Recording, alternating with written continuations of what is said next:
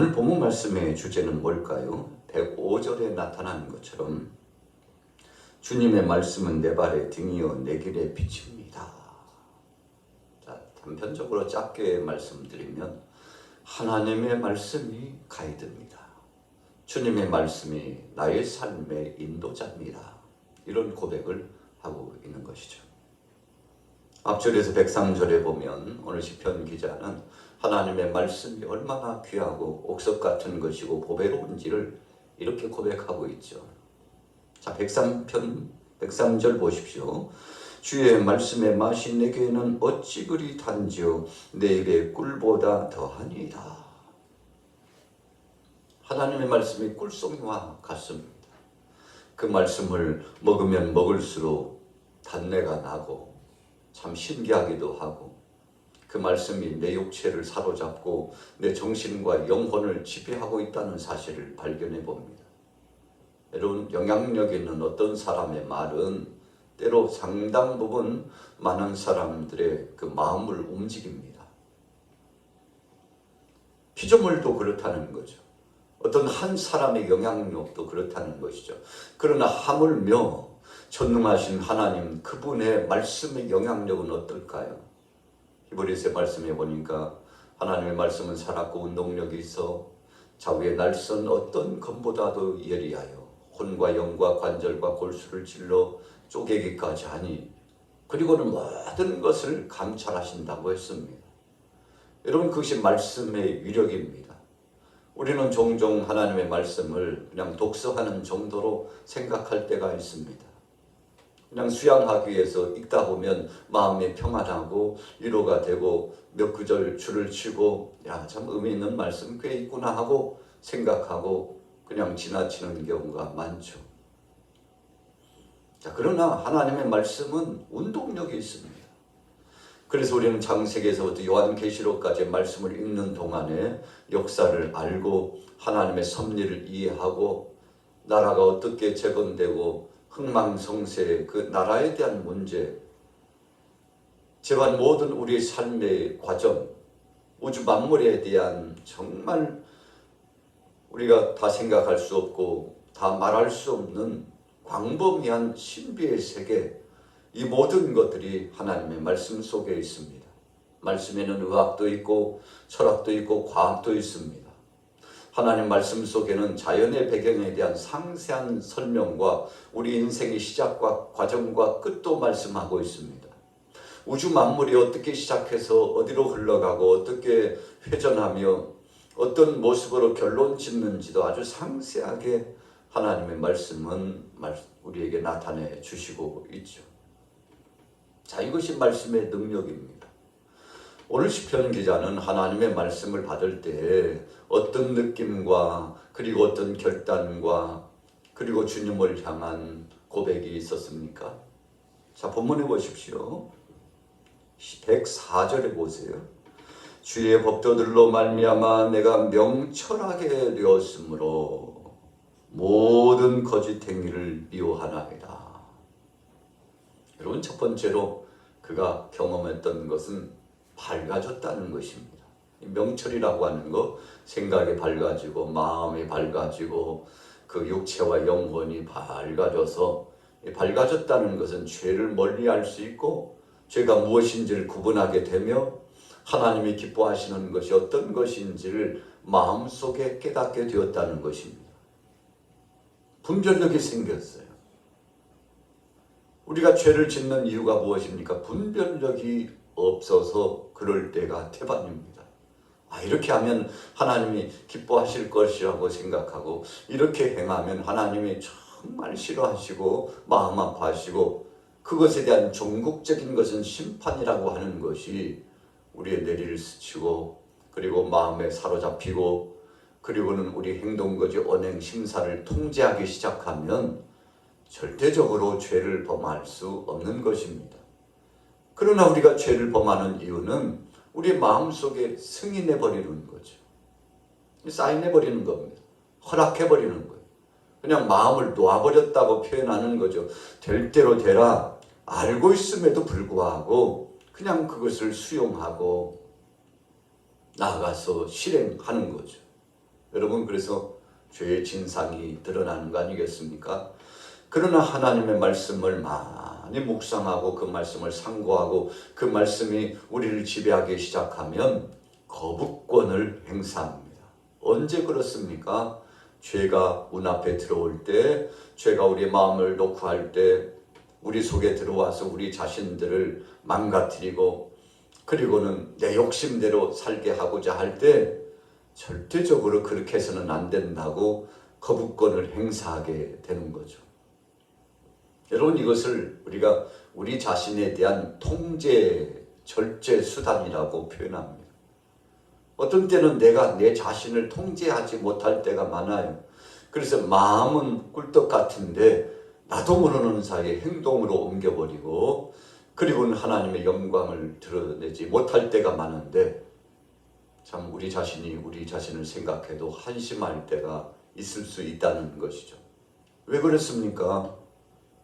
생각은 생각이지만 생각 따로 이 몸 따로 그렇게 우리의 삶이 진행될 때가 많은데 자, 하나님의 말씀이 어둡기 때문에 그 말씀의 능력이 우리 자신을 컨트롤해서 통제 지배하고 이끌어가지 못하기 때문에 그렇다는 것입니다.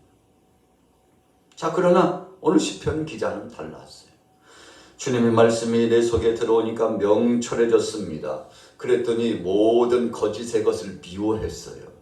거부권을 행사했다는 것입니다. 그렇게 하면 안 되지. 내가 이 길로 가서는 안 되지. 이렇게 하면 하나님도 원하지 않고 나의 삶의 반경 주위에 있는 사람들도 기뻐하지 않고 모든 이들이 불행하다는 사실을 너무나도 뼈저리게 체험하고 그래서 알고 있는 말을 실천해 나가서 신실한 믿음의 행보대로 살아갈 수 있다는 거죠. 우리가 지혜의 왕이라고 일컫는 솔로몬이 1000번제를 하나님 앞에 올려드리고 나서 그리고는 하나님 앞에 참 소원했던 거, 하나님 저에게 지혜를 주옵소서. 자, 그 말씀을 풀이하면 듣는 귀, 하나님의 말씀에 순종할 수 있는 내 마음을 주님 허락하여 주옵소서. 그래서 절대적으로 주님이 허락하신 것만 실행하고 하나님이 원치 않는 것은 차단시키고 거부할 수 있는 이 마음, 이 생각을 저에게 주옵소서. 여러분, 그래서 그가 하나님 앞에 지혜를 받고 재판을 진행했는데 한 여인이 손살같이 달려와가지고 자신의 아이를 도적질 당했다. 또 다른 여인도 와서 내 아이인데 이 여인이 자기 아이라고 한다고. 그래서 두 여인이 솔로몬 앞에 와가지고 재판을 하는데 도대체 누구 아이인지 친모가 누구인지 그 중에 하나는 남의 아이를 훔쳐갔죠. 사실인즉슨 한 어미가 자신의 아이를 갖다가 잠을 자다가 그랬는지 일상생활 중에 그냥 그 아이를 죽게 하고야 말았죠. 그래서 은밀한 중에 하나님이 보시고 사람들이 다 보고 있다는 것 두렵게 생각하지 않고 살짝이 바꿔치기 했죠. 하나님은 다 알고 계시는 거 아니겠습니까? 그런데 인간적인 삶 가운데 살아가고 있는 솔로몬이 친모를 찾는다는 것은 쉽지 않았습니다. 그런데 하나님께서 그에게 판결할 수 있는 마음의 결정권, 지혜를 주었는데 친모는 사랑이다. 이런 마음을 주었어요. 야, 어떻게 사랑을 가리지? 그렇지. 그래서 그 아이를 두 어미라고 주장하는 여인 앞에서 칼을 가지고 둘로 나눠가지고 반쪽씩 나눠주는 것이 공평하다고. 그랬더니 뭐 몇 초 지나지 않아서 친모가요. 왕이여, 제가 잘못했습니다. 제가 잘못했습니다. 이 아이는 제 아이 아닙니다. 저 여인에게 주소서. 이 아이가 죽는 것을 차마 보지 못하겠다고 생각했던, 자신의 아이가 죽는 것은 차마 보지 못하겠다고 생각했던 친모가 자기의 권리를 포기하고 그 아이를 살리기 위해서 저 여인에게 주시라고. 저는 이 아이를 소유하지 않아도 된다고. 제가 잘못했다고. 여러분, 참 사랑의 힘은 큰 겁니다. 그 아이의 생명을 살리기 위해서 친모가 권리를 포기할 만큼 그 깊은 사랑, 솔로몬이 그것을 본 거 아닙니까? 여러분, 그래서 하나님의 말씀은 사랑의 역사 속에 태동하고 그리고는 과정을 거치고 열매를 맺는 것입니다. 그래서 고린도서의 말씀에도 믿음, 소망, 사랑, 이 세 가지 다 중요하지만 그 중에 제일은 사랑이라 그랬어요. 고린도 교회 가운데 진정한 사랑, 무슨 사랑이었습니까? 그리스도의 십자가의 사랑이 없기 때문에 다툼이 일어났고, 주님의 그 헌신적인 은혜의 사랑을 감사하지 못하기 때문에 분열이 일어났고, 욕심이 팽배해서 참 고린도 교회 성도들이 아수라장이 되었지 않습니까? 그래서 여러분들이요, 사랑이 없으면 아무리 좋은 말을 해도 우리는 꽹과리와 같은 것이요. 그래서 사랑에 대한 아주 중심적인 축을 이루면서 고린도전서 13장 말씀을 통해서 사랑장을 선포하게 되죠. 여러분, 그 핵심의 결론이 무엇입니까? 예수 그리스도의 십자가의 사랑으로 가지 않으면 사랑 아닙니다. 이걸 선포하고자 했던 거죠. 저와 여러분들의 사랑은 어느 범위까지 이루고 있습니까? 그냥 보통 일반적인 사랑을 가지고서는 감동을 줄 수 없습니다. 변화가 나타날 수 없습니다. 그것은 진정한 사랑이 아닙니다. 왜 그렇습니까? 조건부적인 사랑이기 때문에 그렇습니다. 주님의 사랑은 무조건적인 사랑이었습니다.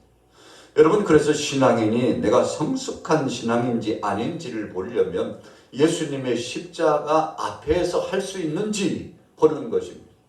그래서 천하 없이 용서가 안 되는 일도 십자가 앞에 서면 용서가 되는 것입니다.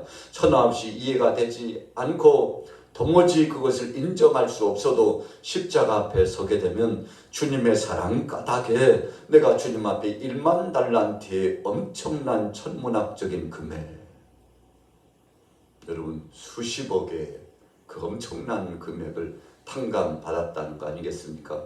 얼마의 금액입니까? 수십조의 금액을 탕감받은 금액이라고 했으니 우리가 이 땅에서 살아가면서 돈을 벌어가지고 금전적으로 갖는다는 거 불가능합니다. 수고하고 애를 써도 안 됩니다. 우리 사람은 할 수 없는 그 값을 하나님께로부터 탕감받았다는 것을 예수님께서 말씀해 주시기 위해서 1만 달란트 탕감받은 주인과 그 종과의 관계, 채권자와 채무자의 관계를 말씀하심으로 그리스도의 사랑이 무엇이고 하나님의 사랑이 무엇인지를 말씀해 주신 겁니다. 여러분, 그래서 이 사랑이 우리 속에 감복돼야 진정한 크리스찬이 되는 것입니다. 자, 오늘 시편 기자가 깨달았어요. 그 사랑 앞에 무릎 꿇었습니다. 주님의 말씀을 상고하고 꿀송이 같은 그 말씀 앞에 서 보니 그 법도가 자신을 지배하고 하나님의 은혜를 누리게 했죠.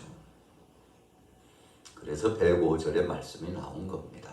자, 같이 한번 읽어볼게요. 105절 시작. 주의 말씀은 내 발의 등이요 내 길의 빛이니이다. 여러분, 이 은혜의 역사를 체험하고 나니까 107절에 보면 그 극심한 고난이 찾아왔습니다. 108절에 보면 내 입에 드리는 자원 재물이 발동되고, 이스라엘 백성들이 애국에서 나올 때 참 엄청난 폐물을 가지고 나왔죠. 그런데 성막을 지키기 위해서 하나님께서 가져오라고 말씀했습니다. 그런데 신비스러운 것은 하나님이 거저 주셨는데 하나님이 말씀합니다. 너희들 마음속에 자원하는 심정이 있거든 기쁨으로 가져와라 그랬어요. 여러분, 하나님이 주셨지만 하나님이 강권하지 않으셨어요. 인격적이셨습니다.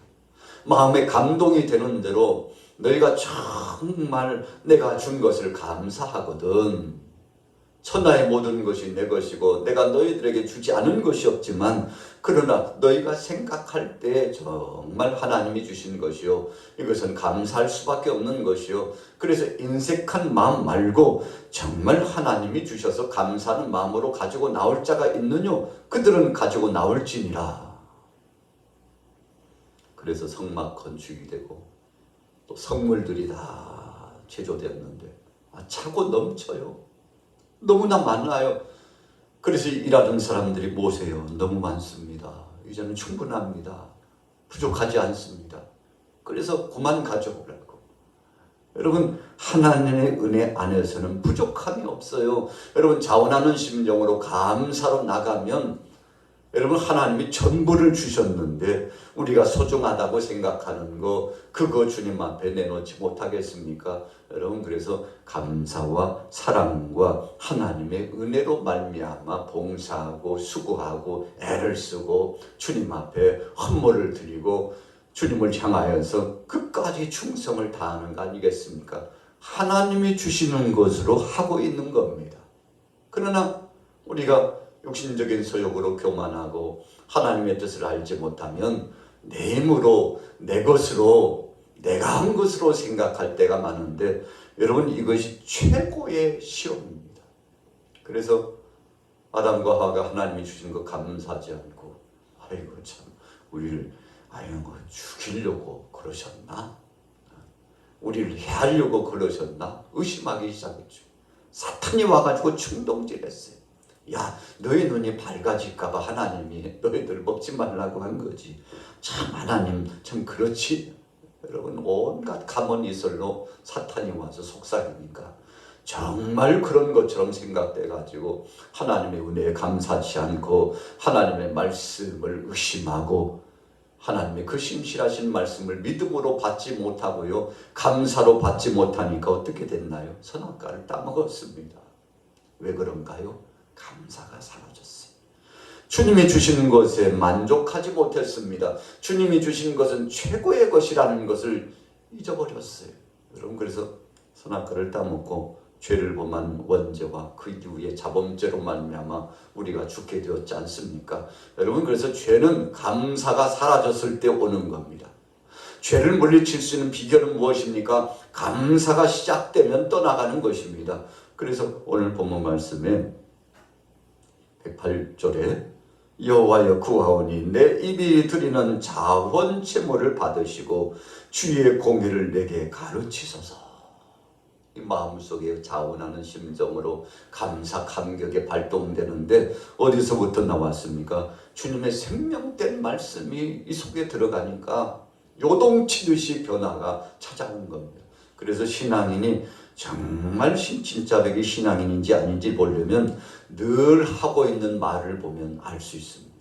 불평이 나오고 불만을 끊임없이 간질하고 참소를 하고 저주를 퍼붓고 끊임없이 대적질을 하고 충동적으로 행동하고, 여러분, 공동체를 흔들어버리고 내 생각 아니면 안 된다고 말하고 내 뜻이 아니면 도무지 용납할 수 없다고 여러분 자기 중심적으로 나가면 참 그것은 불행한 것이죠. 여러분, 온전한 신앙에서 발동된 거 아닙니다. 성령 안에서 주어진 것이 아닙니다. 하나님이 주신 것이 아닙니다. 여러분, 그래서 하나님이 주신 것은 감사로, 기쁨으로, 찬양으로, 배려와 사랑으로, 나보다도 남을 더 낮게 여김으로 하나님이 내게 주신 것, 나를 살려주신 것, 내게 사명 주신 것만도 감사하다고, 여러분, 이런 고백이 나타나는 것이죠. 그래서 시편 기자는 113절에 두 마음을 품은 자를 미워한다고 했습니다. 싫다, 싫어. 싫다니까. 왜요? 이중적인 성격을 가지고 있는 자기 때문에 싫은 겁니다. 한쪽 말로는 다 앓고 마고 칭송을 하고 그리고는 위로하는 것 같은데 또 다른 한쪽 말로는 얼마나 저주가 나오는지, 양육신적인 쌍욕이 나오고 상대를 비난하고 조롱하고 헐뜯고, 여러분, 이 두 가지는 절대 믿음의 사람, 하나님의 백성에게서는 나올 수 없는 것입니다. 어디서 나옵니까? 마치 뱀의 혀처럼 악한 것을 통해서 나오는 겁니다.